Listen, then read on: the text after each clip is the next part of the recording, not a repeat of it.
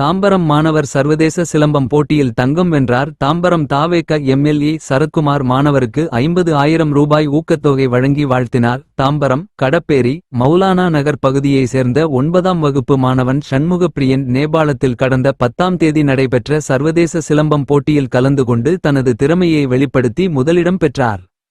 அவருக்கு தங்கப்பதக்கம் மற்றும் சான்றிதழ்கள் வழங்கப்பட்டது. இந்த சர்வதேச சாதனையின் மூலம் தாம்பரம் பகுதிக்கும் தமிழகத்திற்கும் பெருமை சேர்த்த மாணவர் சண்முக பிரியனை பாராட்டும் விதமாக தமிழக வெற்றிக் கழகத்தின் தாம்பரம் சட்டமன்ற உறுப்பினர் தா. சரத்குமார் மாணவரை அவரது வீட்டிற்கு நேரில் சென்று சந்தித்து சால்வை அணிவித்து பூச்செண்டு கொடுத்து வாழ்த்து தெரிவித்து அவரது சொந்த பணத்தில் 50 ரூபாய் 1000 ஊக்கத்தொகை வழங்கினார். அப்போது பேசிய அவர், சர்வதேச அளவில் சாதனை படைத்து தாம்பரம் பகுதியின் பெயரை உயர்த்தியுள்ளீர்கள். தொடர்ந்து மேலும் பல போட்டிகளில் பங்கேற்று இந்தியாவிற்கும் தமிழகத்திற்கும் பெருமை சேர்க்க வேண்டும் எனவும் எதிர்காலத்தில் கல்வி விளையாட்டு போன்ற எந்த உதவிகள் தேவைப்பட்டாலும் தயக்கமின்றி தன்னிடம் தெரிவிக்குமாறும் கேட்டுக்கொண்டார். இந்த வெற்றிக்கு முக்கிய காரணமாக இருந்த சிலம்பம் பயிற்சியாளரின் அர்ப்பணிப்பு பயிற்சி மற்றும் மாணவர்களுக்காக எடுத்த அக்கறையையும் அவர் பாராட்டினார்.